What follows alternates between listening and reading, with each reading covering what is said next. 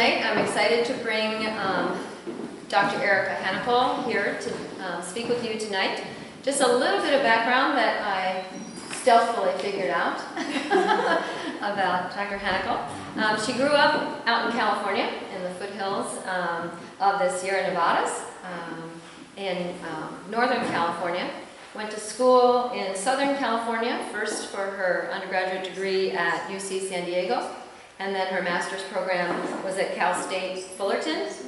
And then she saw the light and came out to the Midwest for her PhD program in Iowa at Iowa State. No, sorry, University of Iowa. Yeah. Sorry. Yeah, Hawkeyes. Yeah, Hawkeyes. Don't get those wrong, right?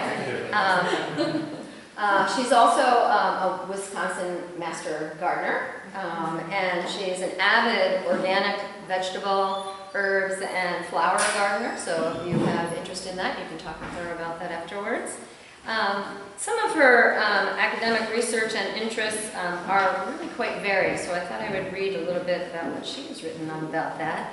Her research interests beyond environmental and agricultural history in general include Victorian material culture and deathways, 19th century botanical gardens, the history and politics of community gardening and guerrilla gardening, and also LGBT history.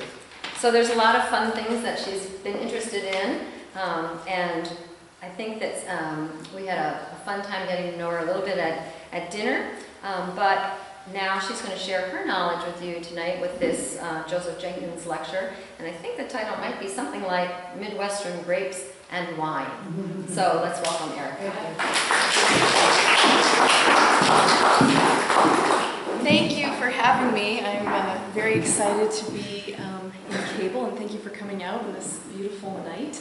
I'm going to be talking with you about a couple of things, sort of centering on the mid-19th century or mid-1800s wine scene within the Midwest tonight. And if I don't speak loud enough, just ask me to speak up. And if you have any questions during the talk, I'm happy to sidetrack into those questions. Yeah, am I already not speaking? Not over I can't. I only got one ear. Sure. Carla, why don't you move right up front? Yeah, you up there. Great. I can't hear what Yeah. it means. Yeah, excellent. And I'm of course happy to take questions at the end as well. So I've got three main points to talk with you about tonight. First is how winemaking was really wrapped up in narratives of national expansion and manifest destiny in America's history during the 1800s.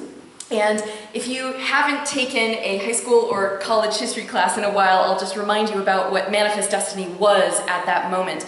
Manifest destiny was a term that was coined in the 1840s, which was at sort of the high point of the Mexican-American War. And so several presidents in a row are looking to expand U.S. national borders and looking to expand in the South and West.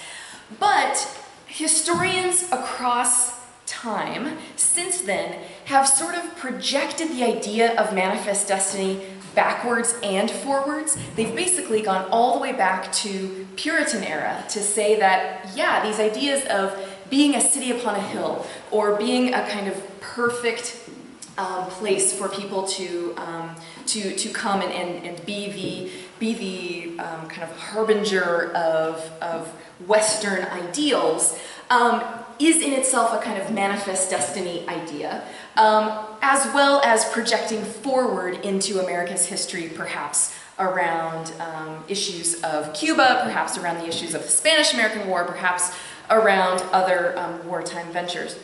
So how I'm connecting into that is that my research, at the University of Iowa originally, but then what spun out into this book, was that I found very quickly in looking at 19th century gardening journals that grape growers and wine tenders were speaking about grapes differently than many other fruits and vegetables. And the way that they spoke about those grapes was almost always in this spirit of manifest destiny, saying literally things like, we will grow our nation if we can master wine growing, if we can become wine growers like ancient Greek and Romans, if we can become wine growers like the French, if we can do all of this, in the mid-1800s, we will be the next great nation on the planet. And so I'm wondering, why is it wine? Why is it grapes? And why is it centering in the Midwest? And why are all these things sort of happening? And so those were kind of my original research questions. So that's my kind of first goal to kind of talk about tonight. My second is that story kind of best plays out in Cincinnati, of all places. And so we'll kind of focus in on why Cincinnati is at that cutting edge of wine history in the mid-19th century. And then thirdly, I wanted to just give you a short overview of what's happening in Midwestern winemaking today. And that's not to say that it's still wrapped up in manifest destiny issues. That's not my point at all. But I just wanted to, I always get questions about local winemaking after I talk about anything within my book. And so I'll just talk about kind of the outlines of that as well. Could you repeat what manifestation or whatever, that part of it? Can you repeat? Yes, yeah. So manifest destiny. Manifest Destiny. Manifest meaning made real. Destiny meaning this is our future.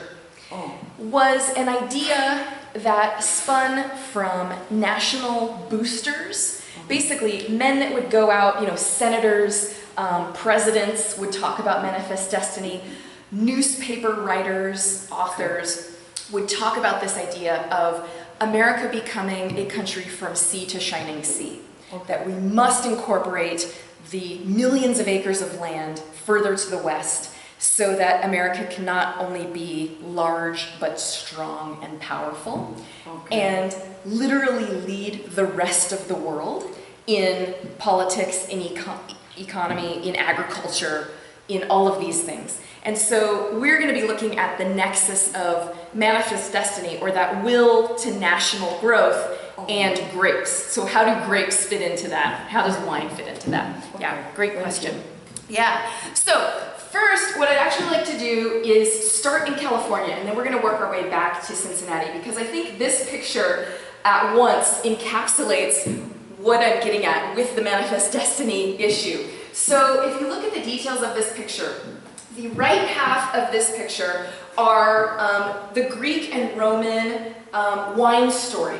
This is the Greek god Bacchus. Back here, he's lying down, being fed grapes and drinking wine. He's so drunk he can't even walk himself, right? By his satyrs and bacchantes and all of these other specialized little elven people are kind of following him. And if you can see this detail, there are thousands of other dancers and bacchantes sort of following him as well. And so we are meant to read this picture from right to left, or in 19th century landscape painting, what this means is basically east to west, right? It's expansion towards the west.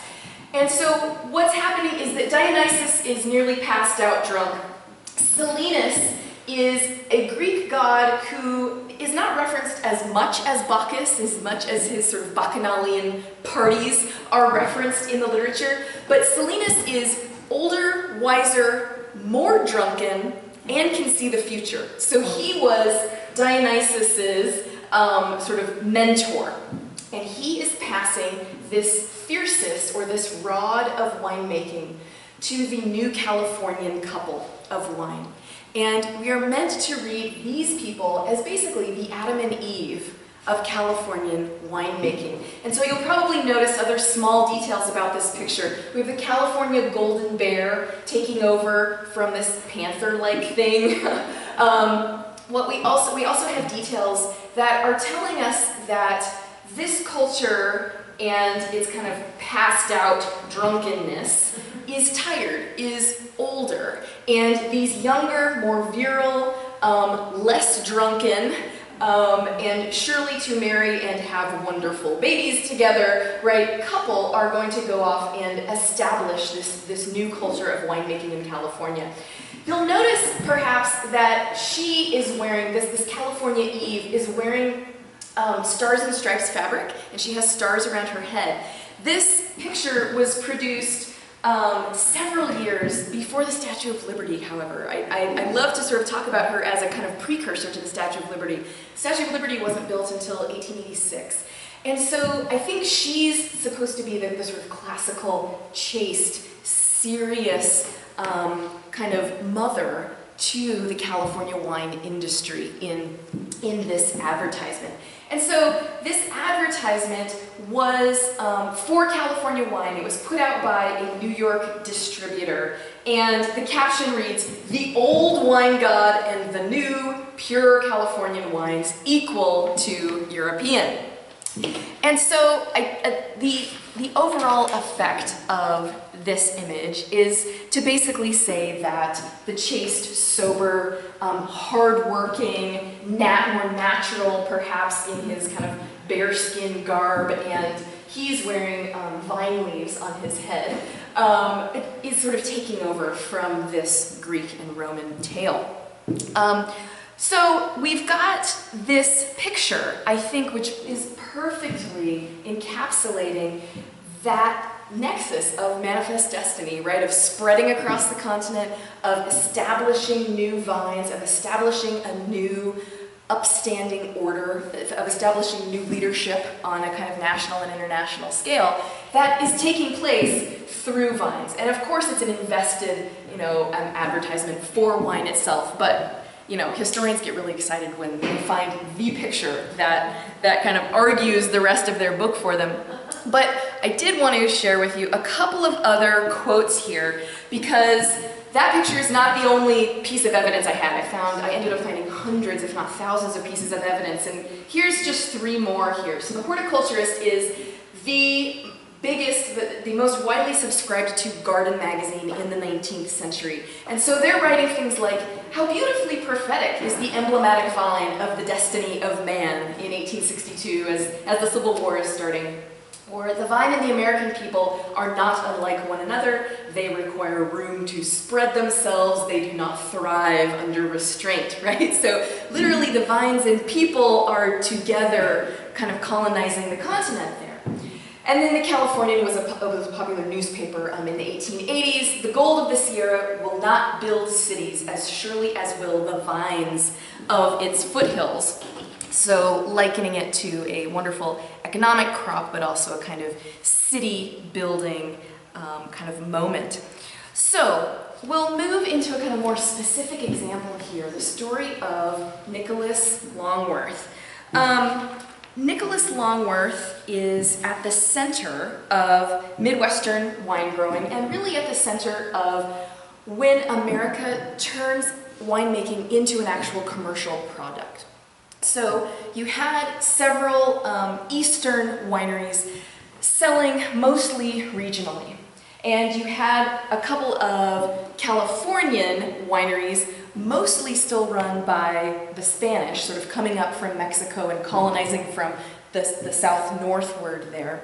But by the 1840s, 50s, and 60s, it's actually Nicholas Longworth that is making that commercial process national and selling wines internationally, and actually winning some French awards as well for some of his native grapes that I'll talk about a little bit more first. But I want to talk about him and his moment kind of in Cincinnati here as well.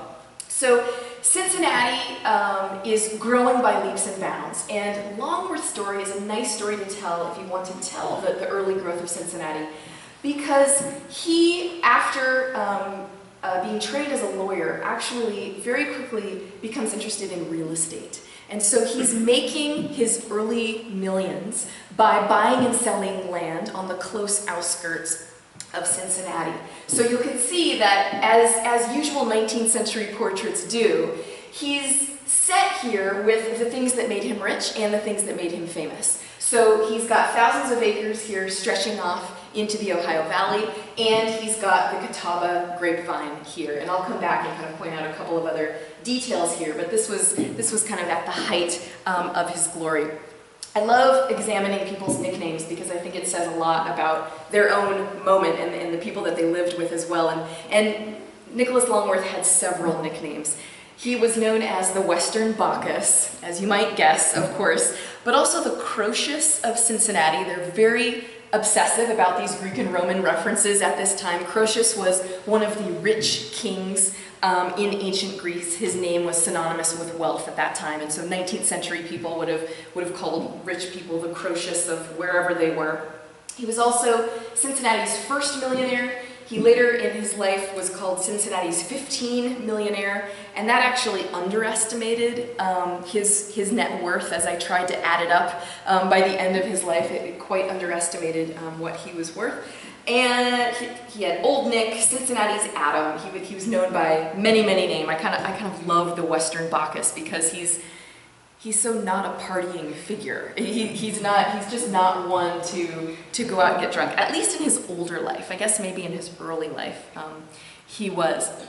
But I wanted to talk about the sort of biology behind growing grapes that Longworth experiments with, and because this is how he really turns that industry into a profitable one. So what people were used to drinking, of course, until the mid-19th century, was a European Vitis vinifera vine, like we still drink today. Cabernets, Chardonnays, several of white and red grapes are of European extraction, or at least European cultivation over thousands of years.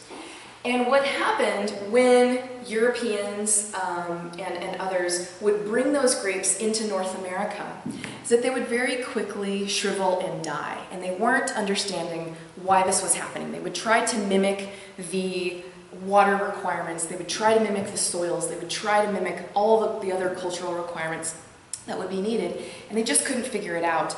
And finally, by the mid-19th century, other scientists are figuring out that, oh, there's this root louse that is coming and eating these grapevines basically from their roots and their stems, and that's a very gross picture, I'm sorry, but I wanted to show you sort of an expanded scale. But this root louse called phylloxera has myriad ways of spreading itself. It spreads underground, it spreads above ground, so it travels via rootstock, it sits in the soil.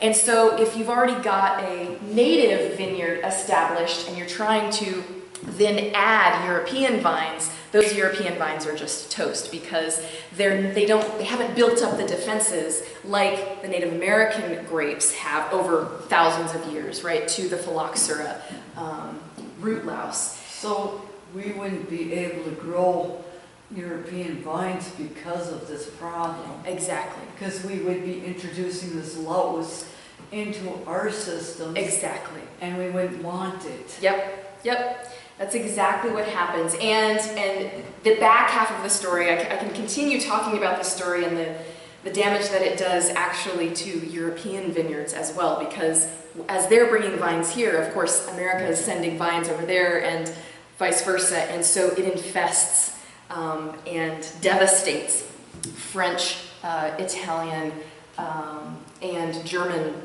vineyards for several decades at that point.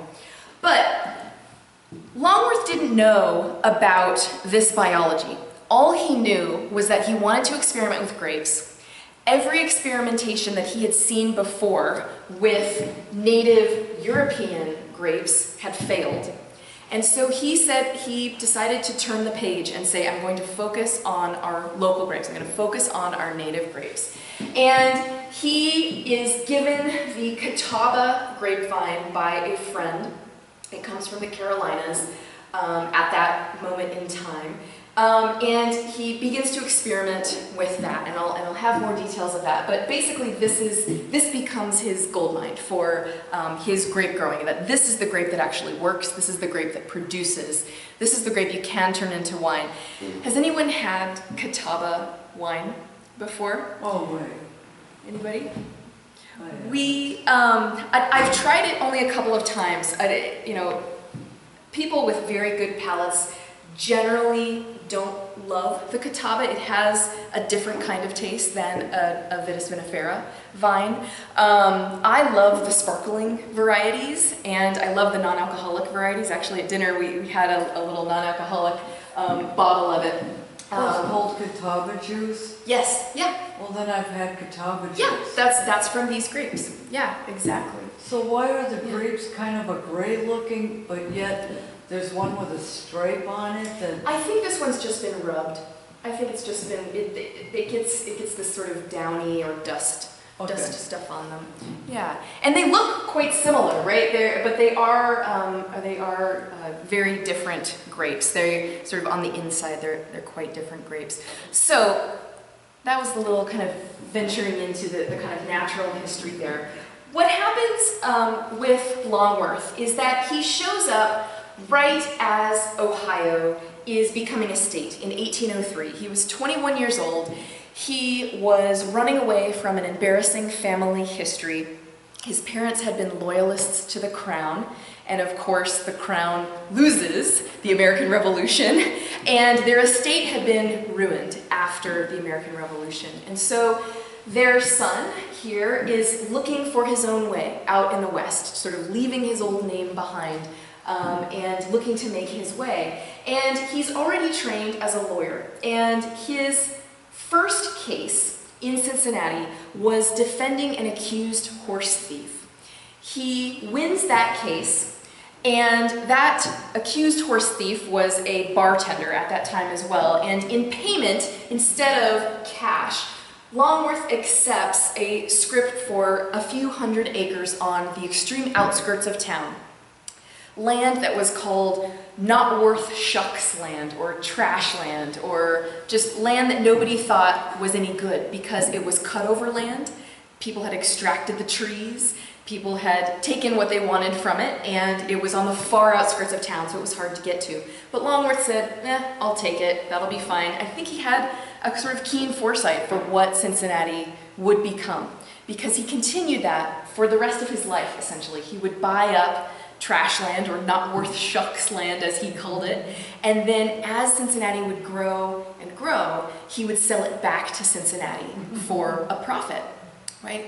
We'll talk about some of the other various things that he does, but Cincinnati is also an interesting city to me at this moment in American history because it is the largest of Midwestern cities through that middle century period. St. Louis wouldn't become the largest Midwestern city until the 1870s, and then it would become Chicago in the 1890s. But previous to that, it was Cincinnati, because of Cincinnati's rivers, I think. Sort of getting there was easier for a lot of people because boat travel was far easier than overland travel at the turn of the century. And so Cincinnati is trying to turn itself into not only this sort of frontier town, but a literary emporium, an arts emporium. And Longworth, as he's making this money, is funding a lot of that. He is a kind of benefactor to artists and to scholars at that period. And yet Cincinnati had its really dark and kind of dreary details as well.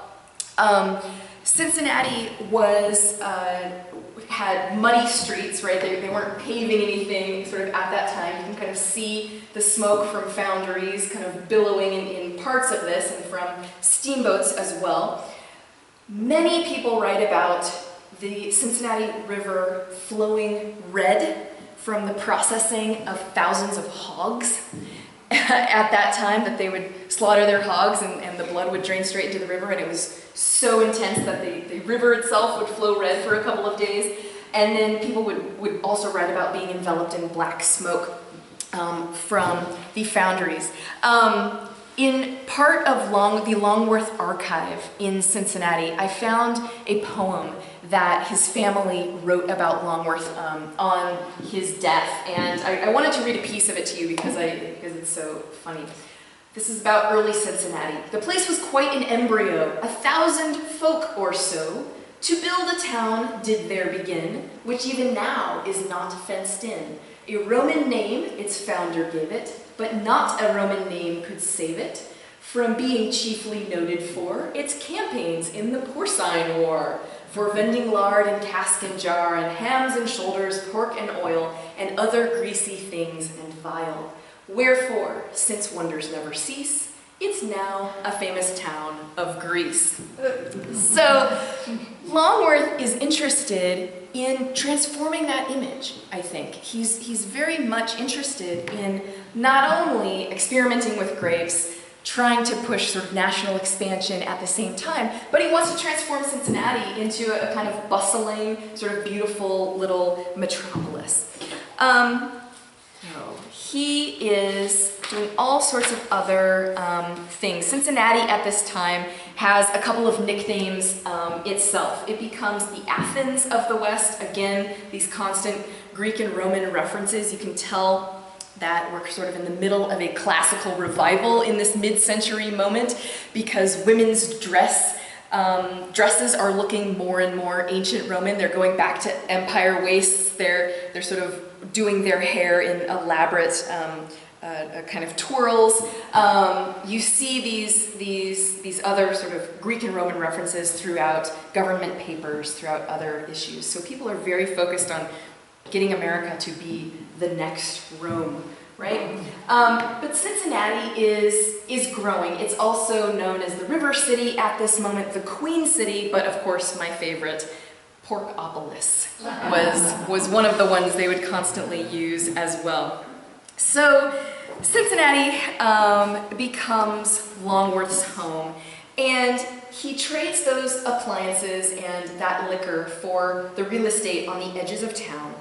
He, in his first years in town, writes several letters back to his sister. This was another fascinating thing in the archives there, that his sister had kept all of the letters that he ever wrote to her and then gave it to the Longworth Archive, the Taft Museum in Cincinnati, and I was able to go through her old letters. And Longworth was constantly writing, "I feel so blue, I feel so gloomy, please write me back."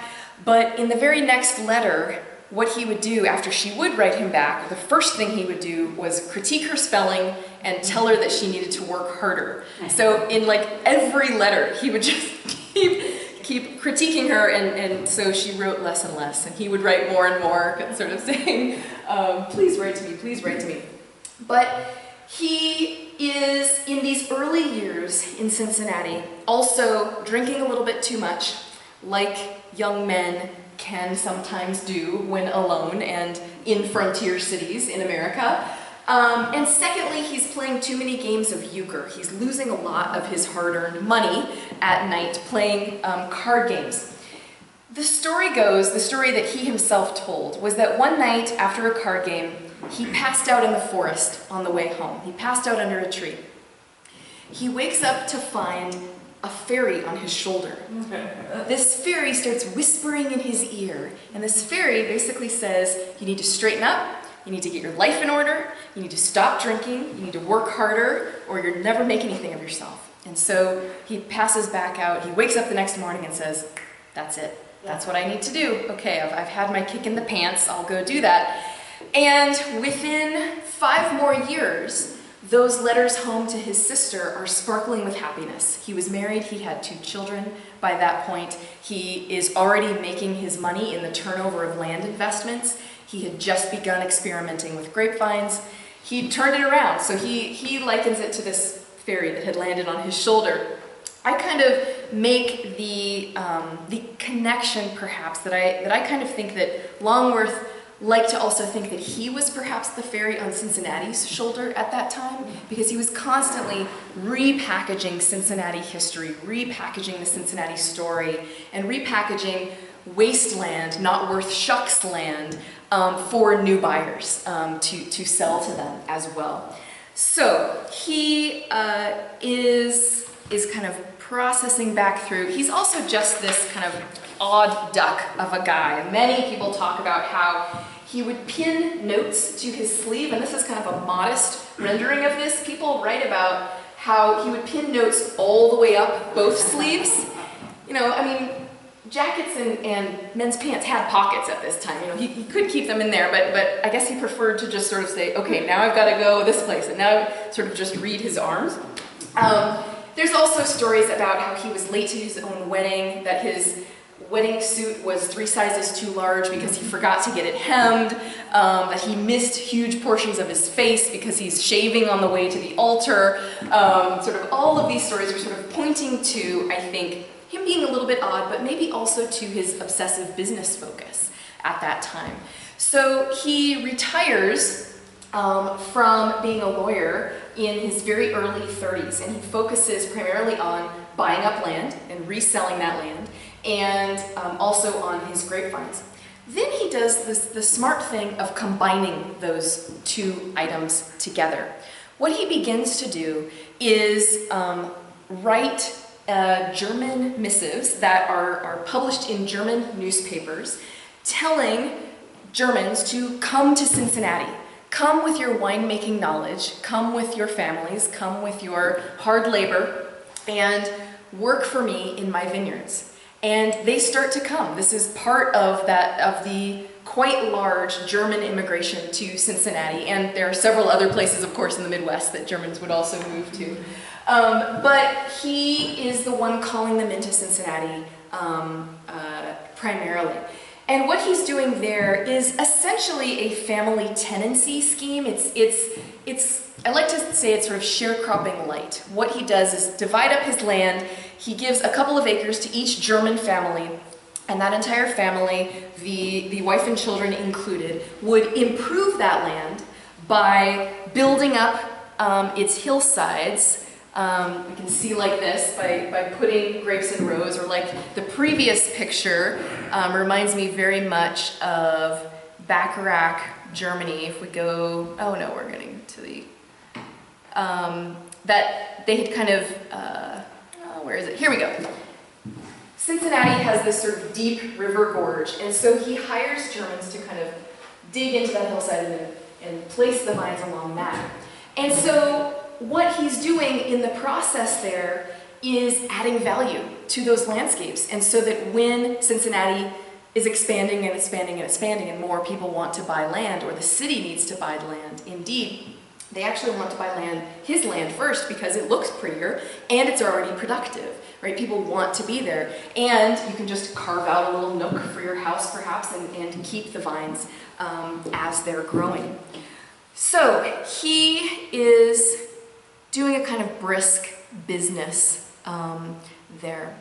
What Longworth also does, and it's not just Longworth growing grapes. I wanted to show you this picture of these other dashing and handsome mid-19th century gents who were also largely doctors and lawyers, much like Longworth himself, that were also interested in growing grapes and fruit and botany in general in Cincinnati at that time. So they're surrounding their luxurious riches right here in the middle of the table. And here's Longworth kind of at the helm there. And so they're all coming together, and a lot of them, and you can tell by the kind of abundance of grapes here, a lot of them are focusing on grapes primarily. And so by this point, there are 3,000 acres of grapevines in Cincinnati. By the 1850s, there's at least 5,000 acres of grapes in Cincinnati. And Longworth is moving into selling his wine nationally and internationally, and begins to pick up those French medals for his wine marketing. What he also does with his land investments, again, is this issue of repackaging and putting a new name on something. So he bought a place called Bald Hill. Bald Hill because it had been the cutover region in Cincinnati since anybody could remember. So then he calls it the Garden of Eden. He renames places on it. Adam's Hill, like Adam in the Garden of Eden. Then he says, okay, I'm gonna sort of capitalize on this Greek and Roman thing and call it Mount Tusculum. Mount Tusculum was where the wealthy patricians lived in ancient Rome as well. And so again, he's kind of this marketing genius, I think, at this moment. And so we can also see that he's he's very much at this forefront of pushing grapes and grape production into this new model of American empire. So over and against perhaps more violent methods of national expansion, over and against the Mexican-American War, over and against Indian removal, he's trying to sort of make the conscious effort, as other horticulturists are, by saying, no, we can take land by buying it and by growing beautiful things on it, and this is the way we should sort of cultivate our continent at that time. So by the 1850s, Cincinnati is known as the Rhineland of America. It has another nickname there. And 19 out of 20 vines are Catawbas at that time. And by the mid-1840s, Longworth stumbles onto what he had previously been making was a flat wine, or what he called Cincinnati Hawk. In the 1840s, he stumbles into sparkling Catawba, which becomes his most famous drink. Essentially, it's an American champagne type of it, right? It's a bubbling white wine. And you can tell that he sells this, new picture of Cincinnati along with, his magnum of wine there. I'll talk about this as well. If anyone has the chance to get to Cincinnati and go to the Taft Museum of Art, the original building there was one of Longworth's mansions. He had willed it to the city, I believe. And in the foyer of that home are these huge 9-foot by 6-foot paintings, very Hudson River School-esque, if you know the Hudson River School. But they're really beautiful kind of masterpieces of the moment. And they're also significant because Robert Duncanson was African American. He hired who became one of the most famous and greatest landscape African American painters in America there, and they are restored to their full glory. They've undergone this amazing restoration, and it's basically like you sort of walk into this 19th century world when you walk into the foyer of that museum. So this is just part of the arts and culture that Longworth is also sort of underwriting at the time in Cincinnati. So Longworth is making a name for himself. He's also, there's this bit of an issue with Longworth and his German employees, though, because he literally invites them in, of course. He's writing and printing in newspapers in Germany saying, come to Cincinnati, work in my fields, you'll make a good living, all of these things. But he turns around in the 1850s when they're having a bit of a dip in the wine crop because black mold and a couple of other vine diseases are striking vines, much like any monoculture gets stricken by diseases at times. He blames that on the Germans and sort of publishes about that very virulently in American newspapers in Cincinnati and says this is the Germans' fault. The other thing he's doing is blaming the Germans for the cholera in Cincinnati. He's saying Germans are dirty, awful. So he's really sort of playing both sides of that coin. And this is a really fraught moment in Cincinnati history for Germans as well as Irish. They're being attacked from various sides for all the city's ills, like they were in St. Louis and in many other cities as well. But Longworth is kind of the tip of the spear there with a couple of the details, which is very odd and interesting, I think, because he also invited them here. So he's also very much on the tourism sort of first wave of remaking Cincinnati into a tourist destination by the mid-19th century, because he's not only rebuilding its hillsides and selling wine, he thinks about where he might get tourists to come in. So he builds a wine garden, he builds a wine house for wine tastings, he invites people to his villas up on the hill, and he encourages all types of other steamboats and railways to make their way into Cincinnati if they had not been there before.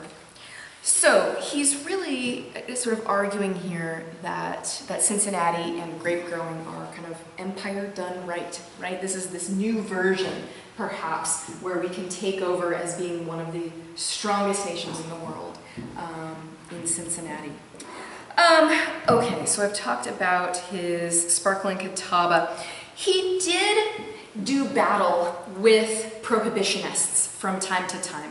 Prohibition had been sort of raising its head for the several decades before the turn of the century. So you have like lots of people sort of coming together in different cresting waves. Of course, Prohibition doesn't go into effect until the late 1920s, but you have other moments of fervor around that. And Cincinnati is an especially big hotbed for prohibitionists because not only is it the center of wine growing in America, it's also one of the centers of beer producing. Again, those Germans bringing their beer with them, right? But also whiskey. Whiskey on the frontier is sort of the big hard alcohol, and Cincinnati has a whole lot of land to grow a whole lot of grain to make some good whiskey for it, right? So those prohibitionists are sort of focusing on Cincinnati, and Longworth is doing good battle with them, but also making up some interesting stories along the way, stories that got copied in the national news. So Longworth would argue that, oh, wine actually can't make you drunk. Wine is a pure and processed beverage. It is only natural. We don't add any sugars. We don't add any other additives to it. Because it is so pure and refined, it can't make you have roughness of character, right? So he's talking in a bit of coded language there about how high-class people drink wine. You know, we don't get drunk in the streets. And all you other people that make whiskey and things, you should really, those prohibitionists should focus on them because they're the problem. It's not the wine drinkers that are the problem. I greatly ask you not to try that storyline on the cops as you drive home. Please don't say that a historian from Northland told me that wine couldn't make me drunk. But he's propagating sort of all of these other myths that really do get picked up and kind of believed in a certain sense, right? That wine, if it made you drunk in a different way. You would be more delightful rather than raucous, right? It would sort of tip your humors in various directions. So, to the wine growing today, to sort of go full stop on Longworth, he passes away basically right as the Civil War is ending up. And there are several problems that are harming the Cincinnati wine scene anyway. Black rot, downy mildew, a couple of other issues with monoculturally grown grapes are really rearing their heads. Cincinnati had several wet years in a row. They're taking out 75% of the crops each year for several years. And so Longworth had been kind of underwriting much of the industry for much of that time. And so with Longworth's death, the Cincinnati grape industry sort of couldn't get past those difficult years. What's also happening is that California is finally on the rise by the 1860s and 1870s as a wine growing center. And a lot of the other heads of wine growing are moving to California, are sort of moving west out to California. So, and then finally, full prohibition hits in the early 20th century, and Cincinnati and other places in the Midwest just aren't as fast or as well moneyed to sort of pick up where they might have left off as California was at that time. So wine becomes a California story later at that point. So let's talk just a little bit about the Midwestern wine renaissance today. Illinois, for one, has 80 different wineries. Kansas has at least 20 now. Missouri has 80 plus. Iowa has about 100 alone. And so there are several burgeoning wine countries within the Midwest just within the last 15, 20 years as well, which is interesting to me. And I wish that they would sort of all connect to sort of make one big wine country for us to sort of see where they're all being mapped out. But you've got the Lake Michigan shoreline. There's something called the West Suburban Chicago Wine Trail that I have not been on yet, the Illinois River Wine Trail, and several different ones throughout Missouri as well.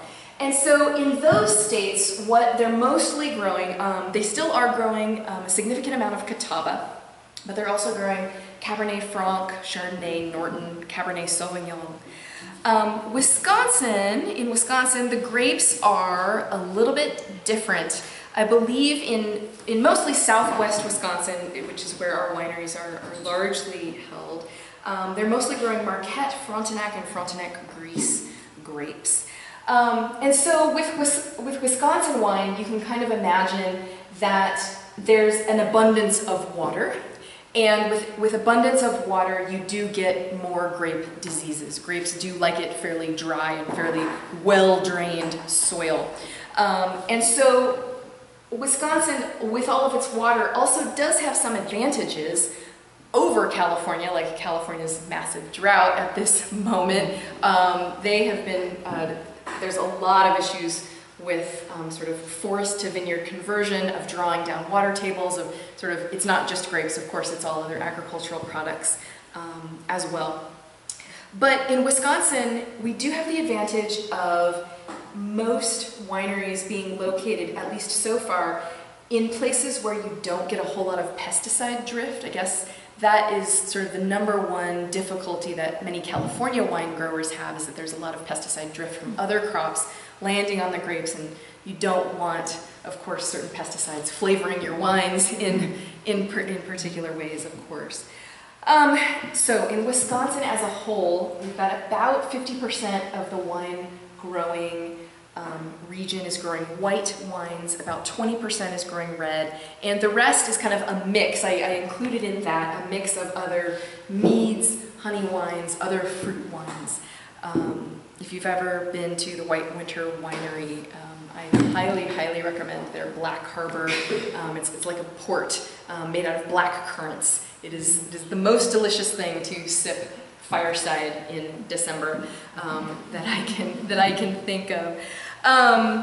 So with that, I will let you ask any questions that you might have. I brought a few copies of my book tonight if you have any interest. And thank you so much for coming out. It was really fun.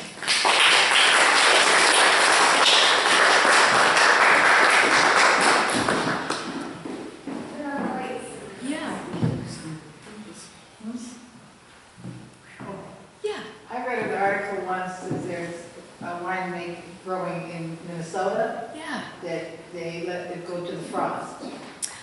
Ice vine. Yeah. Yeah.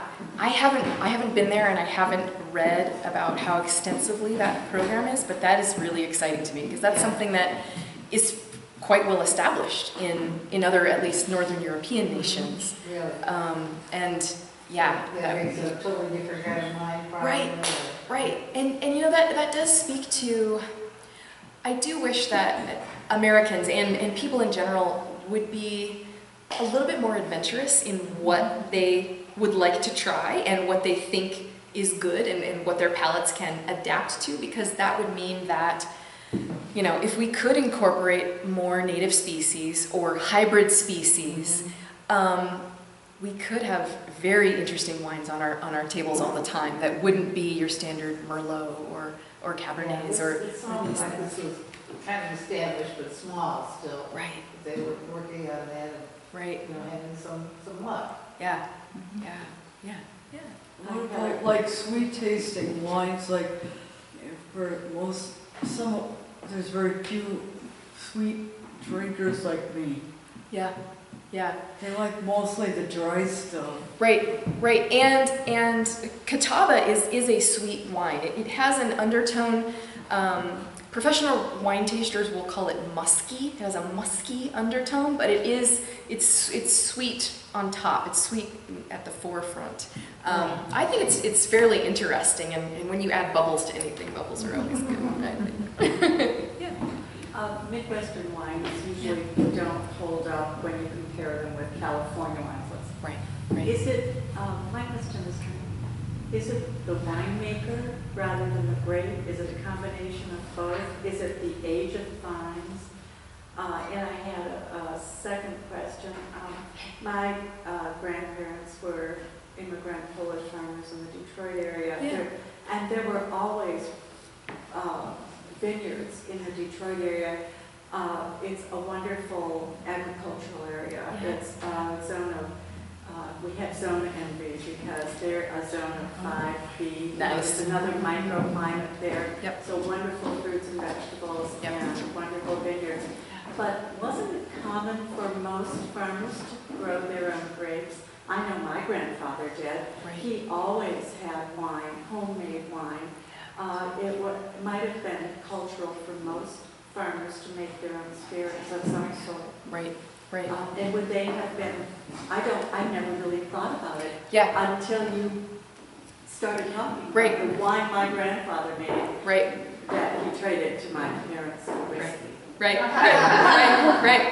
right. I would say that there's probably an ethnic connection and an ethnic reason behind where and what particular private farmers would be growing. So you said your family is Polish and Russian, or No, Polish? Polish. Oh, Polish. So Well, that, they do. yeah, so that, I mean, I have read of several other German immigrant families, Italian immigrant families, of course.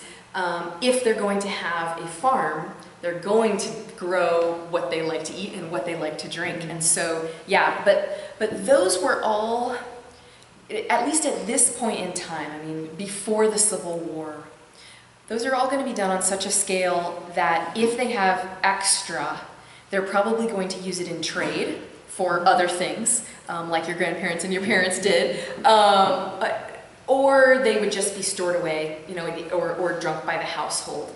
The Longworth story is different because he's making it a commercial enterprise, because he's devoting, you know, the thousands of acres out there. What wine, what grape do you think they might have been using? Oh, your family grape? Yeah.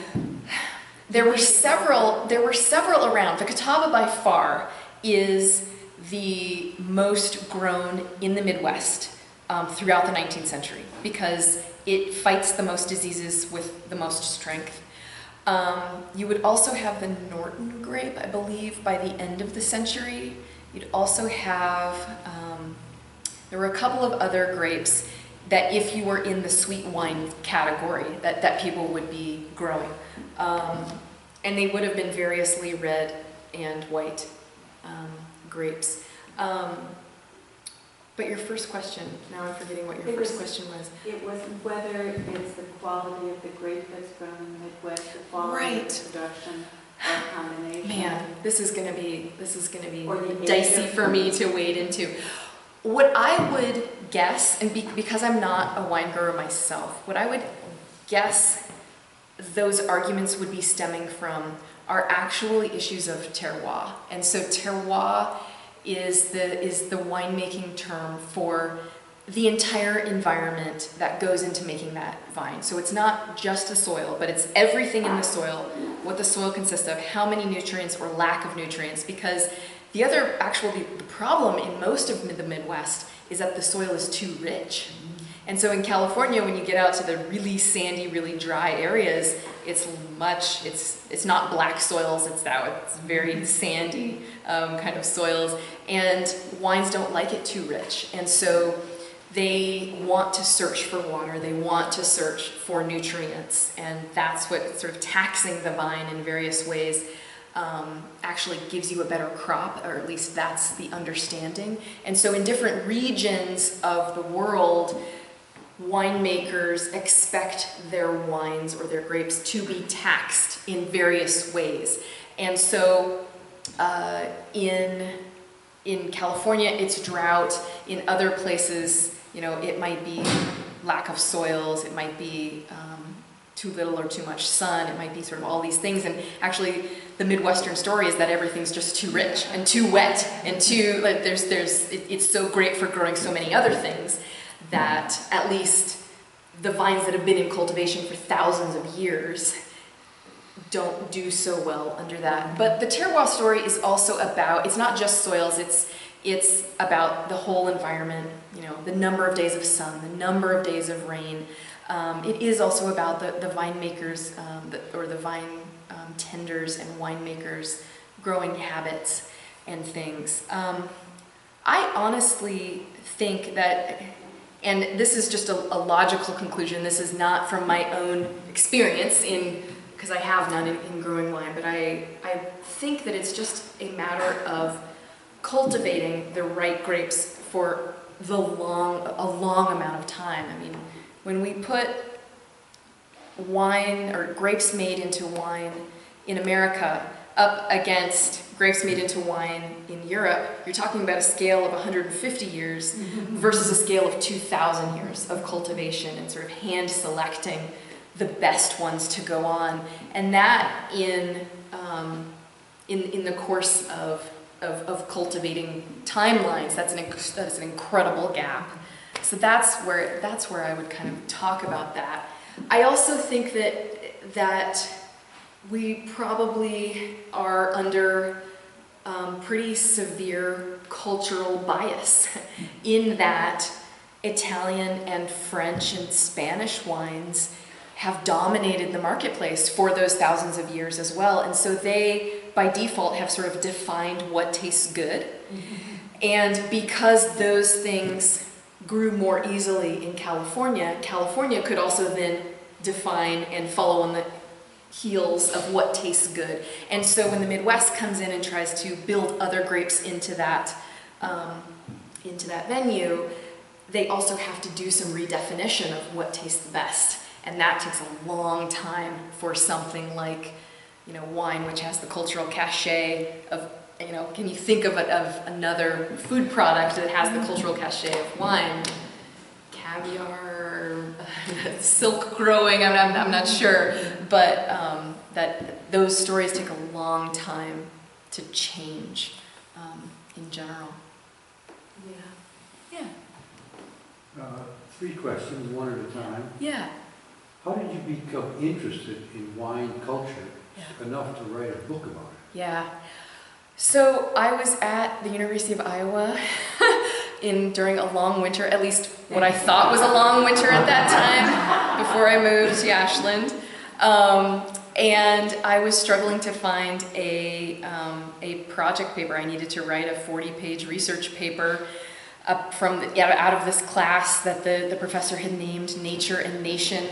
And it was a long winter, and I was like, well, what I feel like doing is looking at gardening magazines and dreaming about spring. So maybe I'll go look at 19th century gardening magazines. And so I went into the bowels of the University of Iowa libraries and started pulling gardening magazines off the shelves. And that's where it struck me. It was within 2 hours on the first day of doing that research was, whoa, why are grapes being talked about as this mechanism for national expansion, but cherries aren't, apples aren't, tobacco's not. I mean, these are all powerful crops in other ways.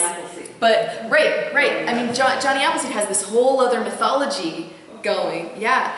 And it struck me right away that why do grapes get such special attention, and why are all the authors writing about grapes saying, to be a powerful nation, we have to plant wine. We have to grow wine, drink wine, and that's just the crowning achievement of all powerful nations. And so that's how I came to the project. And that's because although I grew up in Northern California, I did not grow up around wineries. I have no other skills, in growing wines. I became a master gardener only since I moved to Wisconsin. And so my thing is really orchids, actually. So, and other food crops. But yeah, that's how I came to it. Okay, so first one down. What are your favorite wines, personally? I've gone darker and darker and darker. I love a good Cab Sauv. That's really my favorite, and that's perhaps why I love the Black Harbor port that they make up at White Winter Winery. Oh, I love that taste of black currant in there. My husband and I took a trip to Germany and a few other European countries a few years ago, and we toured Bacharach and the German Rhineland, just in that little area. And so I'm not usually a sweet wines person, but Riesling really, after tasting those Rieslings, they really shot to the top of the list. Definitely for me. To be utterly honest, my palate for beer is much more precise than my palate for wine. And I think that's just because maybe of the price point difference, and that, I don't know. I mean, I'm usually drinking a beer. It's not to say that I don't love wine as well, and wine absolutely has its place in my diet, but I love a good pale ale. Yeah. Last question. Yeah. Do you teach about wine culture to your students at the school? I teach them one small piece of this and of my book in an agricultural history course. So it's a much longer survey course. I mean, we start with contact. We start with Native American and Puritan foodways, and we come all the way to present day. And so I insert my own research and the wine question sort of in the middle there with the 19th century stuff and with national expansion narratives. So, yeah. But not too much. I mean, otherwise I don't have a winemaking or wine history class kind of worked out. I just want to respond to the woman who mentioned ice wines. Yeah.